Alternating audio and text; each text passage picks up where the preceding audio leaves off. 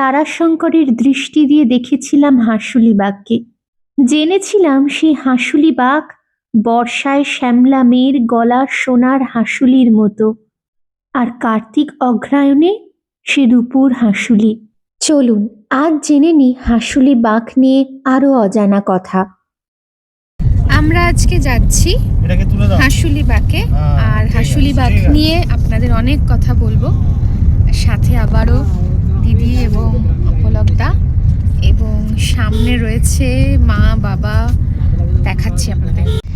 এই যে সামনে সুইট হার্ট, আমার মা, আমার বাবা, আর একদম সামনে রয়েছে কাকু। দেখা যাচ্ছে না, একদমই দেখা যাচ্ছে না। আমি গিয়ে আবার আপনাদেরকে বলবো সবটা। বীরভূমের প্রতিটা গ্রাম, প্রতিটা রাস্তা মন কেড়ে নেয়। আর আমরা এখন আছি লাভপুর। সেই লাভপুরেরই ভূপ্রকৃতি এবং হাঁসুলিবাগ নিয়ে আমার এই ভিডিও। আমরা পথের মাঝে হাঁসুলিবাগ যাওয়ার আগে একটা জায়গায় দাঁড়িয়েছি, আর সেই জায়গাটা আপনাদের দেখাবো। দেখুন, পথের ধারে পেলাম জীর্ণ জোড়া শিব মন্দির, আর তার পাশে একটা অদ্ভুত দেখতে গাছ। এই গাছটার এই জিনিসটা দেখে আমার দিদি আর জামাইবাবুর একটা কথা মনে পড়েছে, তো সেটা একটু শুনে নেব। রয়্যাল বেঙ্গল সত্যজিৎ রায়ের রয়্যাল বেঙ্গল রহস্যতে যে ধাঁধাটা ছিল, সেই ধাঁধাটা হলো যে মুড়ো হয় বুড়ো গাছ, হাত গোন ভাত পাঁচ, দিক পাও ঠিক ঠিক জবাবে, ফাল্গুনে তালজোড়, দুই মাঝে ভুঁইফোড়, সন্ধানে ধন্ধায় নবাবে। এখানে মুড়ো হয় বুড়ো গাছটা হচ্ছে সব থেকে গুরুত্বপূর্ণ, কারণ হয় মানে হচ্ছে অশ্ব, আর মুড়ো হয় বুড়ো গাছ। যে বুড়ো গাছকে ওই গল্পে বা উপন্যাসে দেখানো হয়েছিল যে একটি বৃদ্ধ গাছ, অশ্বত্থ গাছ। সেই অশ্বত্থ গাছের মুখটা হচ্ছে বুড়ো করা হাঁয়ের মতো, যাকে বলা হচ্ছে ফোকলা ফকিরের গাছ। ফোকলা ফকিরের গাছ। এটা অশ্বত্থ গাছ না হলেও ফোকলা ফকিরের ব্যাপারটা কিন্তু বেশ মিলে যায়। এবার আসবো মায়ের কাছে। যে জোড়া শিব মন্দির আমরা দেখছি, মা একটু বলো যে জোড়া শিব মন্দির তো তুমি শান্তিপুরে বহু দেখেছো, এরকম কেন হয়? আর ওইখানে দূরেও আর একটা শিব মন্দির পেলাম। হ্যাঁ, এখানে আমি যত্র শিব মন্দির দেখছি, আমার মানে অবাক লাগছে এত অনাদরে, এবং কি অদ্ভুত কারুকার্যগুলো দেখে আমার মানে অবাক লাগছে যে কোনো এখানে আদর নেই। তবে একটা জিনিস আমি বুঝেছি যে একমাত্র গাজনে এই শিব মন্দিরের এখানে কোনো একটা উৎসব হয়, যার জন্য গাজনের কিছু জিনিস ওখানে রাখা আছে। ওই যে ওখানে রাখা আছে, গাজনের সময় কিছু একটা তো হয়, এবং অদ্ভুত রোজ যে পুজো হয়, কিন্তু এত মানে অপরিষ্কার অপরিচ্ছন্ন, আসলে খুব দরিদ্র বলেই এখানকার মানুষজন হয়তো সেভাবে যত্ন নেয় না, কিংবা এখন যাদের এটা প্রতিষ্ঠিত ছিল তারা হয়তো সেভাবে কেউ নেই, যার জন্য এমন হয়ে গেছে। কিন্তু বড় খারাপ লাগছে আমারই।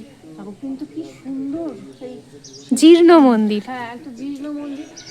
আমরা হয়তো একটা ছবি তোলার উপকরণ পেয়েছি, কিন্তু দেখে ভেতর থেকে দেখে ভীষণ খারাপ লাগছে, কষ্ট লাগছে যে আহা, এখানে আসলে এই জায়গাটা হয়তো সকলের চোখের আড়ালে থেকে গেছে তো থাকে, নিজের মতনই আছে। এটাও আমরা, এটা তারই বৈশিষ্ট্য নিয়ে থাকুক, তবে যত্নে থাকুক, এটাই চাই। এখন আপনাদের দেখাতে চলেছি হাঁসুলিবাগ, কোপাই নদীর গায়ে যে হাঁসুলিবাগ রয়েছে। পিছনে মেঠো পথ, অপূর্ব সে পথ আপনাদের দেখাবো।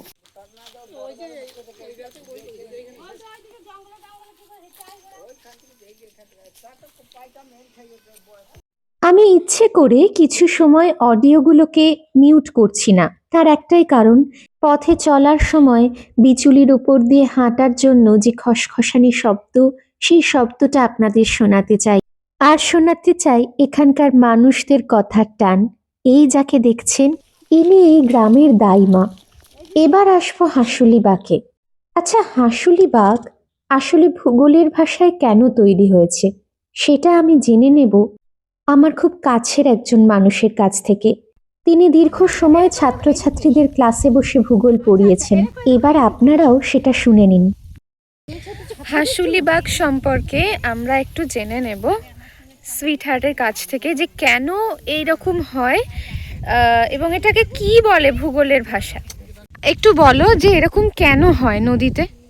আচ্ছা, এখানে আমরা দুটো নদী দেখতে পাচ্ছি, একটা বক্রেশ্বর নদী আর হ্যাঁ। একটা কোপাই নদী।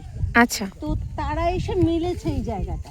হ্যাঁ এই জায়গায় যে মিলেছে, এই জায়গাটা দেখো একটা বাঁকের মতন তৈরি হয়েছে। হ্যাঁ।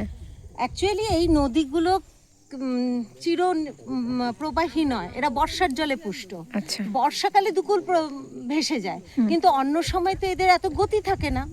ফলে তারা যদি কোনো বাধা পায় তখন সেটাকে উপচে যেতে পারে না, তখন তারা বাঁক সৃষ্টি করে।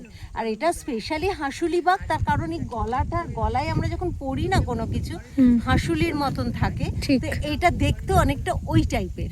ঠিক। তো সেই কারণে এর নাম হয়েছে হাঁসুলি বাঁক। এর কথা আমরা তারাশঙ্করের উপন্যাসে পেয়েছি। আচ্ছা, এবার একটা প্রশ্ন, সেটা হচ্ছে যে হাঁসুলি বাঁককে কি আমরা অশ্বক্ষুরাকৃতি বলতে পারি? না, অশ্বক্ষুরাকৃতি হ্রদ এটা ঠিক নয়, এটা তো মূল প্রবাহটাই আছে। মূল প্রবাহটাই আছে, কিন্তু যেহেতু ওর পক্ষে বাধা ঠেলে যাওয়া এখন খুব মুশকিল, ইংরেজিতে একে মিয়েন্ডার বলে, বাঁক তৈরি করে। কোনো বাধা সামনে এলে তাকে এড়িয়ে চলে যায়, সেই এড়িয়ে চলার প্রবণতা থেকে বাঁক তৈরি হয়েছে। এবং এটা হাঁসুলির মতন দেখতে বলে রাঢ় বাংলায় এর নাম হয়েছে হাঁসুলি বাঁক। Thank you. এবার বাবার মুখ থেকে শুনে নেব তারাশঙ্করের হাঁসুলি বাঁকের সঙ্গে এই হাঁসুলি বাঁকের কতটা মিল রয়েছে। চলুন। বীরভূমের যে রুক্ষ রাঢ় অঞ্চল, সেই রাঢ় অঞ্চলের বিস্তীর্ণ এলাকা জুড়ে ছড়িয়ে রয়েছে এবং এত রুক্ষতা সেই এর মধ্যে। এবং আমি এখানকার কয়েকজনের সঙ্গে কথা বললাম, এখনও কাহাররা এখানে বসবাস করে, তাদের বাড়ি আছে এখানে, এবং ওরা বাগদি পালকি বাহক, যাদের নিয়ে হাঁসুলি বাঁকের উপকথা উপন্যাসটা লেখা হয়েছিল।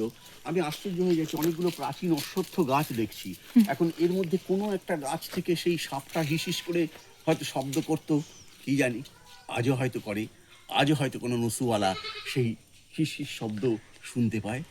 এইটা ভেবে খুব রোমাঞ্চিত হচ্ছি আমি, শিহরণ লাগছে আমার। তারাশঙ্কর বলেছিলেন কোপাই এখানে মা মরা মেয়ে, আর তাই বোধহয় এত মায়া, এত টান। আমাদের তো বাড়ি ফিরতে ইচ্ছেই করছিল না এই হাঁসুলি বাঁক ছেড়ে, তাই আমরা আরো খানিকক্ষণ বসবো। আর আপনারা এইরকম ভিডিও যদি পেতে চান তাহলে চ্যানেলটাকে অবশ্যই সাবস্ক্রাইব করে দেবেন।